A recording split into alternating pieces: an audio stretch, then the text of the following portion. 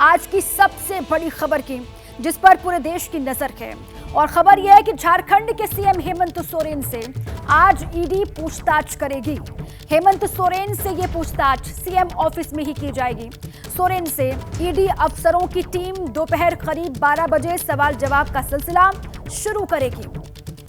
देखिए, हेमंत सोरेन से ये पूछताछ जमीन घोटाले से जुड़े मनी लॉन्ड्रिंग केस में होनी है, जिसमें अब तक हेमंत सोरेन को 10 बार समन जारी हो चुके हैं और इसमें सिर्फ एक बार ही उन्होंने जांच एजेंसी के सवालों का सामना किया है। वो तारीख थी 20 जनवरी की और उसके बाद उन्हें 25 जनवरी को फिर समन भेजा गया।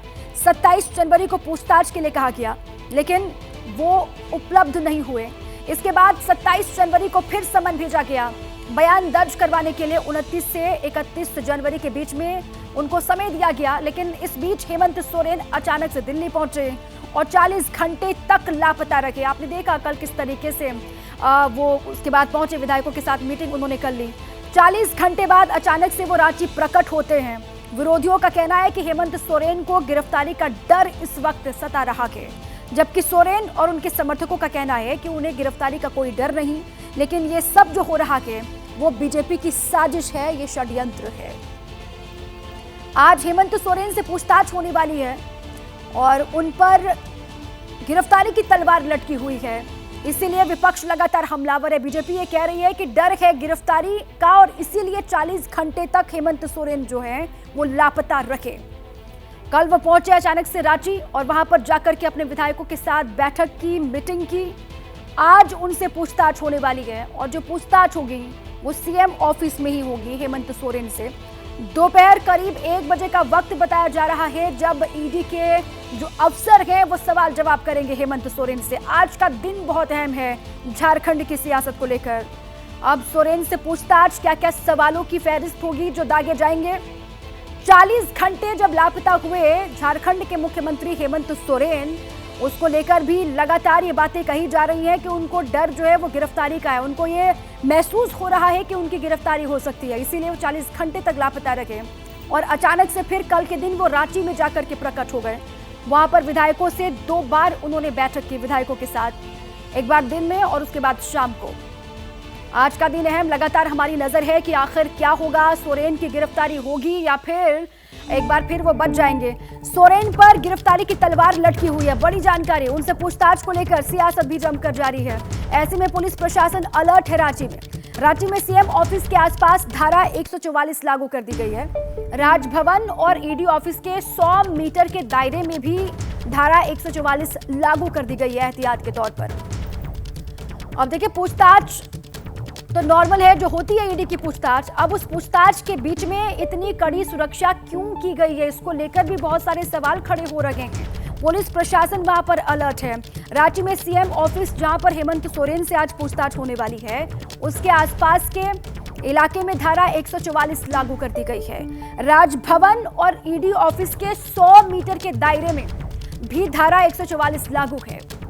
आज झारखंड के मुख्यमंत्री हेमंत सोरेन से ईडी की पूछताछ, लगातार उनको समन और समन के बाद आज का वो दिन है। पहले आपने देखा कल किस तरीके से रांची टू दिल्ली तक आंख मिचोली चलती रही हेमंत सोरेन और ईडी के बीच में, लेकिन आज का अहम दिन है जब हेमंत सोरेन से रांची में सीएम ऑफिस में ही पूछताछ होने वाली है।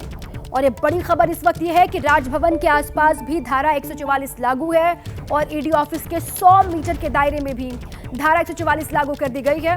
और इसके अलावा सीएम ऑफिस के आसपास भी धारा 144 लागू है। पुलिस प्रशासन अलर्ट है झारखंड में। जब जब चुनाव आता है तब तब नेताओं की बयानबाजी तेज होती जाती है। यह हर बार आप हर चुनाव में देखते हैं। नेताओं के उन्हीं बयानों से सवाल भी खड़े होते हैं और विवाद भी पनपते हैं। इस वक्त जब लोकसभा चुनाव की तैयारी शुरू हो चुकी है तो एक बयान चर्चा में है, बयान चुनाव को लेकर, जिस इंडिया गठबंधन के नेता अब तक ईवीएम पर सवाल खड़े कर रहे थे, वो अब कह रहे हैं कि 2024 का लोकसभा चुनाव भारत में आखिरी चुनाव होगा। तो सवाल यह है कि वाकई आखिरी चुनाव है या फिर इंडिया अलायंस का आखिरी दाव है। देखिए रिपोर्ट।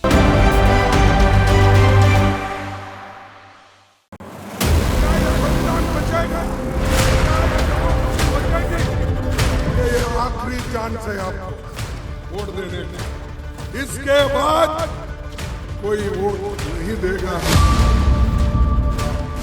वास्तव में आखिरी चुनाव हो गया, आगे चुनाव होगा नहीं। बीजेपी अपने शासन का दुरुपयोग कर रहा है। क्या भाजपा इस देश को नॉर्थ कोरिया बनाना चाहती है? नॉर्थ कोरिया बनाना चाहती है। शब्द शब्द में घनघोर आशंका है, हताशा है, निराशा है, बेचैनी है, भ्रम है, डर है। दुनिया के सबसे बड़े लोकतंत्र के राजतंत्र में तब्दील करने की डरावनी भविष्यवाणी है। देश की सबसे पुरानी पार्टी के सबसे बड़े नेता हिंदुस्तान के रूस में बदलने की साजिश का दावा कर रहे हैं। तो महज 12 बरस पुरानी आम आदमी पार्टी को लगता है कि भारत किम जोंग उनका देश उत्तर कोरिया बनने वाला है। आखिरी चांस है आपको वोट देने का। इसके बाद कोई वोट नहीं देगा, क्योंकि ये पुतिन, रशियन पुतिन का जो प्रेसिडेंट इलेक्शन होता ना, वैसा ही होते चले जाएंगे। इसके बाद नो चुनाव। किस तरह से ये जीतने के लिए, सत्ता पाने के लिए किसी भी हद तक जा सकते हैं। कुर्सी से चिपके रहेंगे, चाहे मार्शल लॉ लागू करना पड़े देश में, ये कुर्सी नहीं छोड़ने वाले। क्या भाजपा इस देश को नॉर्थ कोरिया बनाना चाहती है कि इस देश में चुनाव ही ना हो, और चुनाव सिर्फ उसी स्थिति में हो जहां भारतीय जनता पार्टी पूरी मशीनरी को रिग कर पूरी चुनावी प्रोसेस को विशिएट कर चुनाव जीत सके? लोकसभा चुनाव से ठीक पहले जिस तरह की बातें हो रही हैं, जिस तरह देश की जड़ पर चोट का पुख्ता शब्दों में अंदेशा जताया जा रहा है, उससे लोगों के मन में सवाल है। ऐसा क्यों कहा जा रहा है कि ये आखिरी चुनाव है? क्या जानबूझकर चुनाव वाला भ्रम फैलाया जा रहा है? क्या ये इंडिया गठबंधन का अंतिम चुनावी दांव है? इन सियासी सवालों की व्याख्या करेंगे, मगर उससे पहले जान लीजिए कि कांग्रेस अध्यक्ष मल्लिकार्जुन खड़गे ने जो आशंका ओडिशा में जताई थी, उसे अगले दिन दिल्ली में आकार दिया उदित राज सरीखे नेताओं ने। और वास्तव में आखिरी चुनाव हो गया, आगे चुनाव होगा नहीं। और वैसे तो चुनाव चीन में भी होता है और रूस में भी होता है, पार्टियां वहाँ भी हैं, लेकिन वो नाम मात्र के हैं। तो नाम मात्र का जनतंत्र भारत में भी रह जाएगा अगर दोबारा मोदी जी चुन करके आते हैं। कांग्रेस नेताओं के इस सनसनीखेज आरोप का जवाब देने के लिए बीजेपी की फौज मैदान में उतरी। पार्टी प्रवक्ता से लेकर केंद्रीय मंत्री तक सबने कांग्रेस पर उससे भी सख्त शब्दों में पलटवार करना शुरू कर दिया। इंदिरा जी ने देश में लोकतंत्र की हत्या की और उस हत्या करने वाली पार्टी के अध्यक्ष अंदाज लगा रहे हैं, भविष्य वक्ता हैं। खड़गे जी, यह सत्य है जो आपको डर लग रहा है कि इसके बाद ये लोकतांत्रिक राजवंशों के लिए चुनाव का भ्रम जनता के सामने रखकर राजनीति करना संभव नहीं हो पाएगा, क्योंकि अब भारत में वास्तविक लोक सत्ता का प्रादुर्भाव हो गया है। इस ढंग के दुष्प्रचार से नरेंद्र मोदी की लोकप्रियता नहीं गिरने वाली है। जब लोकतंत्र पर सर्वदलीय बहस हो रही थी, तभी कांग्रेस ने अपना ईवीएम वाला हथियार निकाला और चुनाव आयोग के जरिए सरकार की नीयत को सवालों के चक्रव्यूह में खड़ा किया। मध्य प्रदेश में कितनी सीटें आ जाएगी कांग्रेस में? अब देखिए, अगर मशीन नहीं रही तो 10 से 15, और मशीन रही तो फिर आप समझ सकते हो क्या होगा। अपनी सुविधा अनुसार ईवीएम पर सवाल उठाने वाली कांग्रेस को जवाब देने के लिए केंद्रीय मंत्री मैदान में उतरे। एक के बाद दूसरा चुनाव जब कांग्रेस हारती है तो कभी ईवीएम पर ठीकरा फोड़ती है, कभी लोकतंत्र के खत्म होने की बात करती है, तो कभी जनता को कोसती है। सच्चाई ये है कि ना ये अपनों से न्याय कर पाए, ना जनता से। ईवीएम में गड़बड़ी वाले इल्जामों के बीच लास्ट इलेक्शन वाले आरोप क्यों लगाए जा रहे हैं, उसे सियासी नजरिए से समझिए जरा। दरअसल इसके पीछे की पहली वजह है बीजेपी की स्ट्रेटजी, दूसरी वजह है मोदी मैजिक, तीसरी वजह है इंडिया गठबंधन में दरार, और चौथी वजह है भ्रष्टाचार में फंसा विपक्ष।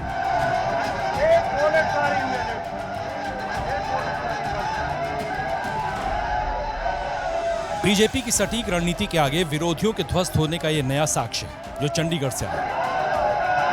चंडीगढ़ में मेयर का चुनाव हुआ। बीजेपी के खिलाफ पहली दफा आम आदमी पार्टी और कांग्रेस मिलकर चुनाव मैदान में थे। कांग्रेस और आम आदमी पार्टी को मिलाकर 20 सदस्य थे, जबकि बीजेपी, अकाली दल और चंडीगढ़ के सांसद को मिलाकर 16 सदस्य। वोटिंग हुई तो इंडिया गठबंधन को सिर्फ 12 वोट मिले, बीजेपी को 16 और 8 वोट अवैध हुए। ऐसे में बीजेपी का नेता चंडीगढ़ का मेयर बन गया। जो वोटें हमें हुई हैं हमारे काम को देख के हुई हैं। हमारे देश के जो प्रधानमंत्री श्री नरेंद्र मोदी जी कर रहे हैं हमारे देश के लिए, पूरा वर्ल्ड तारीफ कर रहा है यार। हालांकि केजरीवाल कह रहे हैं कि चुनाव में धांधली हुई। इशू है कि सरेआम दिन दहाड़े इन लोगों ने इतनी गुंडागर्दी और बेईमानी से आज चंडीगढ़ मेयर का चुनाव जीता है कि अगर इसको पूरे देश ने मिलकर नहीं रोका तो आने वाले समय के अंदर ये देश के लिए बहुत खतरनाक है।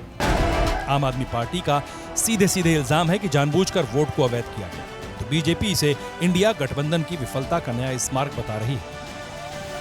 क्या बेईमानी की? आपके पंजाब के मुख्यमंत्री ने अनाउंस किया कि पंजाब में आम आदमी पार्टी अकेले चुनाव लड़ेगी और वहां से कांग्रेस के पार्षद हिलना चालू हो गए। दोष हमारा है। जनवरी के आखिरी हफ्ते में बीजेपी की ये दूसरी रणनीतिक जीत, क्योंकि चंडीगढ़ एपिसोड से ठीक 2 रोज पहले पटना में पलटीबाजी हुई। तब इंडिया गठबंधन की नींव रखने वाले नीतीश कुमार छिटक कर मोदी के साथ खड़े हो गए। इतना ही नहीं, हृदय परिवर्तन होते ही नीतीश के लेफ्टिनेंट ने ऐसे सख्त शब्दों का इस्तेमाल किया जिससे कांग्रेस में खलबली मच गई। 27 सितंबर 2022, अब से 1.5 साल पहले, जितने भी वहां पर नेता थे, सबसे नीतीश कुमार जी ने निजी तौर पर हाथ जोड़ करके निवेदन किया था कि कांग्रेस पार्टी को इस गठबंधन में शामिल करो। हमें अफसोस है कि हमने कांग्रेस पार्टी को देश की राजनीति में एक्सेप्टेबिलिटी दिलवाई। ये पार्टी अछूत हो चुकी थी। इस पर जयराम रमेश ने पलटवार की। उन्होंने कहा, हम उनसे कहना चाहते हैं कि कांग्रेस ने महात्मा गांधी के नेतृत्व में सत्याग्रह कर संविधान स्थापित किया और समाज को छुआछूत के दंश से निजात दिलाई। बड़ा दुर्भाग्यपूर्ण है कि सामाजिक न्याय की राजनीति का दावा करने वालों के मन में भी छुआछूत का भाव मौजूद है। केसी त्यागी को कांग्रेस अध्यक्ष श्री मल्लिकार्जुन खड़गे से तुरंत माफी मांगनी चाहिए। नीतीश के छिटकने के बाद ही इंडिया गठबंधन में गांठें खत्म नहीं हुई। अब किसके साथ कहां पेच फंसा है वो बताएंगे, मगर उससे पहले बीजेपी की स्ट्रेटजी को कुछ यूं समझिए। 51% वोट हासिल करने का लक्ष्य है। इसके लिए टारगेट पर 81 करोड़ वो लोग हैं जो मोदी सरकार की योजनाओं के लाभार्थी हैं। राम मंदिर प्लान के जरिए परंपरागत वोट बैंक को साधा जा रहा है। मोदी भाईजान कार्यक्रम के जरिए मुस्लिम वोट बैंक में सेंधमारी की जा रही है। इसके अलावा प्रधानमंत्री मोदी के ब्लूप्रिंट के आधार पर बीजेपी ने 2024 के लिए मेगा प्लान तैयार किया है। इसमें क्लस्टर कंपोजिशन से लेकर बूथ विश्लेषण और सोशल मीडिया टीम से लेकर गठबंधन तक का जिक्र है। इसे ही आगे बढ़ाने के लिए बीजेपी फिर से बैठक कर रही है। इलेक्शन विनिंग स्ट्रेटजी के तहत ही प्रधानमंत्री मोदी लगातार दक्षिण भारत में शहर शहर घूम रहे हैं। 16 जनवरी को पीएम मोदी आंध्र प्रदेश में थे, उसी दिन केरल चले गए और 17 जनवरी तक रहे। 19 जनवरी को कर्नाटक में थे, जबकि 21 जनवरी को चेन्नई में। दक्षिण भारत में मंदिर मंदिर यूं ही नहीं घूम रहे थे पीएम मोदी। इसके पीछे 132 सीटों की स्ट्रेटजी। दक्षिण भारत में कमजोर बीजेपी इस बार राम का नाम लेकर जोरदार दस्तक देने की रणनीति पर काम कर रही है। देखिए, 2009 के चुनाव के बाद से कांग्रेस पार्टी लोकसभा का चुनाव नहीं जीती है। राज्यों में भी कांग्रेस सिमटती जा रही है। कांग्रेस के पास 3 राज्य हैं, जिसमें तेलंगाना और कर्नाटक दक्षिण में है, और जबकि इस पहाड़ी राज्य हिमाचल प्रदेश में कांग्रेस की सरकार है। हिंदी पट्टी में एक भी राज्य कांग्रेस के पास नहीं है। बीजेपी की रणनीति का ही नतीजा है कि बीजेपी हिंदी पट्टी को भी और मजबूत करने में जुटी हुई है।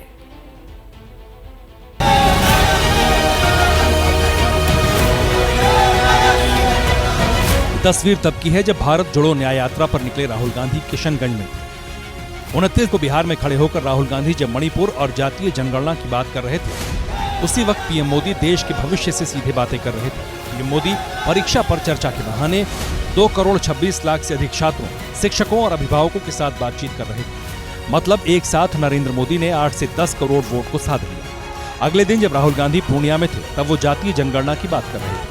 अगर हम सामाजिक न्याय की बात कर रहे हैं तो यह तो स्पष्ट है कि हिंदुस्तान के किसी भी सेक्टर में पिछड़ों को, आदिवासियों को, दलितों को न्याय नहीं मिल रहा है कि मोदी जी उसके बारे में। अब जरा समझिए कि राहुल गांधी जाति जनगणना का जिक्र बार बार क्यों करते हैं। असल में वो इसके जरिए ओबीसी वोट बैंक को अपने पाले में करना चाहते हैं, क्योंकि देश में ओबीसी समाज की 2000 से ज्यादा जातियां हैं। 543 में से करीब 400 सीटों पर ओबीसी वोट का असर है। 250 से ज्यादा सीटें ऐसी हैं जहां 50% से ज्यादा ओबीसी वोटर हैं। जिस जाति के इर्द गिर्द राहुल गांधी की स्ट्रेटजी घूम रही है, उस पर 23 जनवरी को ही मोदी सरकार ने कर्पूरी ठाकुर को भारत रत्न देने का ऐलान कर स्ट्राइक कर दिया। बीजेपी की हमारी सरकार का सौभाग्य है, कर्पूरी ठाकुर को भारत रत्न से सम्मानित करने का अवसर मिला। पीएम मोदी खुद हैट्रिक वाली रणनीति को आगे बढ़ा रहे हैं। इसका प्रमाण तब मिला जब 25 जनवरी को जयपुर की गलियों में फ्रेंच प्रेसिडेंट के साथ घूमते हुए पीएम मोदी ने एक बड़े वोट बैंक को साथ दिया। 25 जनवरी को ही बुलंदशहर में पीएम मोदी ने रैली भी की। 22 जनवरी को अयोध्या में राम मंदिर की प्राण प्रतिष्ठा समारोह में शामिल हुए। 12 से 21 जनवरी के बीच दक्षिण भारत के दौरे पर 12 जनवरी को महाराष्ट्र को 30,500 करोड़ रुपए की सौगात दी। 9 जनवरी को यूएई के राष्ट्रपति के साथ अहमदाबाद में रोड शो किया। 5 जनवरी को जयपुर में पार्टी पदाधिकारियों के साथ बैठक की। सिर्फ नरेंद्र मोदी ही नहीं बल्कि अमित शाह, जेपी नड्डा और तमाम बड़े नेता 400 सीटों के लक्ष्य को हासिल करने में जुट गए। बीजेपी पूरी और पक्की रणनीति के तहत अपने वोट बैंक के विस्तार पर काम कर रही है, लेकिन नरेंद्र मोदी को सत्ता से हटाने के लिए जो गठबंधन तैयार हुआ है उसमें दरार चौड़ी होती हुई दिखाई दे रही है। नीतीश कुमार के छिटकने के बाद भी अब तक सीटों का बंटवारा नहीं होने से विवाद और भी बढ़ता हुआ दिखाई दे रहा है। देखिए रिपोर्ट। दीदी के इस ऐलान के ठीक छठे दिन भतीजा मैदान में आया और फिर जो कहा उसने इंडिया गठबंधन में पड़ी दरार को और चौड़ा कर दिया। We have been repeatedly asking them to talk on seat sharing from the month of June. It's been 7 months. Nothing has happened. And in the last meeting in Delhi, our chairperson has clearly given them a deadline to decide by 31st of December. Today we are on the 29th of January. So what do you expect? पश्चिम बंगाल में बनर्जी की नाराजगी के बीच महाराष्ट्र में महाविकास अघाड़ी की बैठक हुई। बैठक से पहले कांग्रेस नेता संजय निरुपम ने सोशल मीडिया पर कहा कि जो बिहार और बंगाल में हुआ उससे निश्चित तौर पर हमें सीखना चाहिए। एक दूसरे का मान सम्मान करते हुए सीटों के बारे में फैसला करना चाहिए, ऐसा फैसला जो सबको मान्य हो। मोदी विरोधी गठबंधन में सीटों को लेकर राष्ट्रीय माथापच्ची के बीच सबसे बड़े सूबे में समाजवादी पार्टी ने अपने उम्मीदवारों का ऐलान भी कर दिया। यूपी में लोकसभा की 80 सीटें हैं। समाजवादी पार्टी ने 16 उम्मीदवारों के नाम का ऐलान कर दिया। यूपी में अखिलेश यादव ने आरएलडी को 7 सीटें देकर गठबंधन कर लिया है। यूपी में अखिलेश यादव ने कांग्रेस को 11 सीटें देने की बात कही, मगर कांग्रेस को इससे ज्यादा चाहिए। उस यूपी में सीटों को लेकर फैसला अटका हुआ है, जहां मायावती पहले ही अकेले चुनाव लड़ने का ऐलान कर चुकी है। हालांकि इसके बावजूद मोदी विरोधी गठबंधन के नेताओं का दावा है कि सब कुछ ठीक है। ममता जी ने जो कहा है वो हकीकत है कि इंडिया गठबंधन में है, इंडिया गठबंधन में होकर ही हम बीजेपी का मुकाबला करेंगे। हम उम्मीद करते हैं कि शीघ्र ही औपचारिक तौर से जो सीट शेयरिंग फॉर्मूला है उसकी घोषणा दोनों ओर से की जाएगी। अब तो एक तरफा घोषणा हुआ है, हमने कुछ नहीं कहा। जिस गठबंधन के दम पर मोदी को सत्ताहीन करने का दावा किया जा रहा है उसमें शामिल दलों के नेता जांच एजेंसी के दफ्तर का चक्कर काट रहे हैं। लैंड फॉर जॉब स्कैम में फंसे लालू यादव से 9 घंटे की पूछताछ के बाद तेजस्वी यादव से प्रवर्तन निदेशालय के अफसरों ने सवाल जवाब किया। तेजस्वी यादव ईडी दफ्तर से निकल गए हैं। सुबह 11:30 बजे से उनसे पूछताछ चल रही थी, कई घंटों तक उनसे पूछताछ हुई, लेकिन अब बाहर निकल गए हैं। भारी संख्या में यहाँ पर आरजेडी के कार्यकर्ता हैं, बड़े नेता हैं, सुबह से तेजस्वी का इंतजार कर रहे थे। देखिए तेजस्वी जिंदाबाद के नारे लगा रहे हैं, दिखाने की कोशिश है कि हम अपने नेता के साथ मजबूती से खड़े हैं। तेजस्वी अपनी गाड़ी में बैठने जा रहे हैं। देखिए तेजस्वी हाथ हिलाकर कार्यकर्ताओं का अभिवादन कर रहे हैं। देखिए तेजस्वी हाथ हिलाकर कार्यकर्ताओं का अभिवादन कर रहे हैं। कार्यकर्ता बहुत उत्साहित है। सवाल उठ रहा था कि क्या गिरफ्तारी भी हो सकती है, लेकिन ऐसा कुछ नहीं हुआ है। घंटों पूछताछ जरूर हुई है। देखिए विक्ट्री साइन दिखा रहे हैं तेजस्वी। कार्यकर्ता भी बहुत जोश में है। तेजस्वी अपने गाड़ी में बैठ गए हैं। बिहार के सबसे बड़े सियासी खानदान के चश्मो चिराग जब ईडी अफसर के सवालों का जवाब दे रहे थे तब बाहर उनकी पार्टी के नेता बैठे हुए थे। बहन मीसा भारती बैठी थी। आरजेडी के नेता जांच एजेंसी के जरिए बीजेपी पर प्रहार कर रहे थे। इनको परेशान किया जा रहा है, बुलाया जा रहा है और बुला के इनको मेंटली डिस्टर्ब करना चाह रहा है, लेकिन डिस्टर्ब होने वाले नहीं है। बिहार का लाल है और लालू यादव का सेकंड सेड है। तेजस्वी यादव लालू जी शेर का बेटा है, शेर का बेटा है तेजस्वी यादव, इसलिए उनको ईडी डराने और धमकाने की बिल्कुल कोशिश न करे। सच्चाई का जीत हमेशा हुआ है और हमेशा होगी। अभी सरकार गई है हम लोग को डिस्टर्ब करने के लिए साजिश चला जा रहा है। बिहार में लालू यादव का परिवार भ्रष्टाचार के आरोप में घिरा हुआ है, तो झारखंड में मुख्यमंत्री हेमंत सोरेन ईडी अफसरों के रडार पर। प्रवर्तन निदेशालय की नोटिस के बीच लापता हुए हेमंत सोरेन अचानक प्रकट हुए, ताबड़तोड़ बैठकें की और फिर कुछ यूं कहा।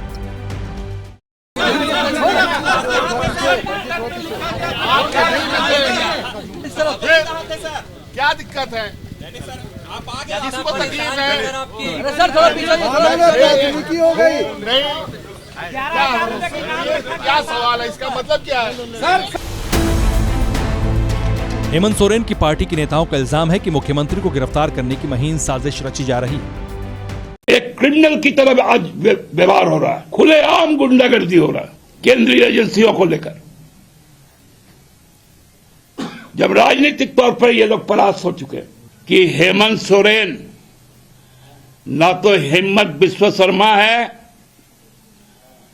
ना तो अजित पवार है और ना ही नीतीश कुमार है। वो वीर शिबू सोरेन का बेटा हेमंत सोरेन। सियासी इल्जामों के बीच सच्चाई यही है कि इंडिया गठबंधन के नेता भ्रष्टाचार के आरोप से घिरे हुए हैं और ये कांग्रेस के सहयोगी दल भी हैं। यही वजह है कि कांग्रेस आक्रामक है, लेकिन विरोध करते करते जिस तरह से इंडिया गठबंधन के नेता चुनाव खत्म होने से लेकर पुतिन और किम जोंग से तुलना कर रहे हैं, उससे सवाल उठ रहा है कि क्या ये इंडिया गठबंधन का अंतिम दांव है? क्या वोट भ्रम के जरिए वोट बटोरने की कोशिश है?